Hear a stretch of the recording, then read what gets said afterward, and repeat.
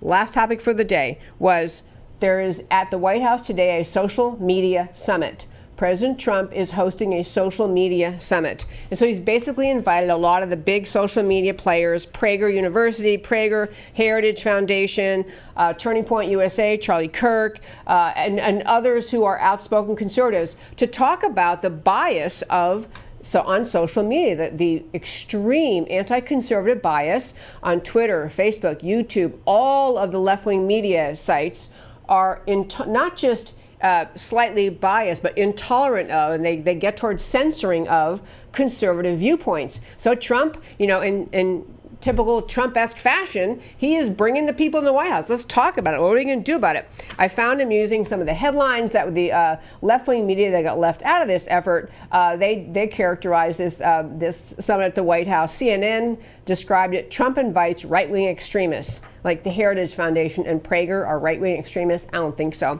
CNN: Trump invites right-wing extremists to White House social media summit. Politico: sponsor of anti-tech bill slated for speaking slot at the White House social media summit, talking about Senator Josh Hawley, who's basically saying we got to do something about these social media censors. CNBC: White House to host social media summit without tech companies, as though Trump would invite Google, YouTube, Facebook to the White House to talk about how they censor everything. He's tried actually working with them. He's tried talking with them. Congress has them. They don't budge. They don't acknowledge it. They don't agree. They just keep acting like we don't know what you are talking about.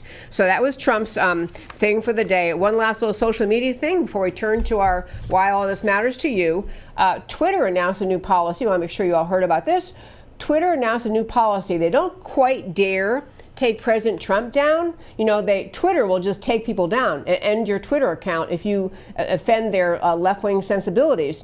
They don't dare do it to Trump. So Twitter is now starting a new program, flagging public figures' tweets that it says violates their policy. So instead of just pulling Trump down, or Candace Owens or other the really big Twitter account, and people with big Twitter accounts are conservative, they're going to flag them, mark them, and I'm guessing some other way you're going to end up not seeing them unless you know to go exactly to President Trump's Twitter feed or to Candace Owens' Twitter feed. So the effort of the American left to silence conservatives goes on and on and on and on. I say kudos to President Trump for holding this summit. Just say, well, let's talk about it at least. And even the fact he is holding it is making the left nuts. As how come we didn't get to come? Why don't you? It's fabulous. At least Trump, it's a breath of fresh air message to social media. We see what you're doing, and we're not going to let you do it. We're going to expose you.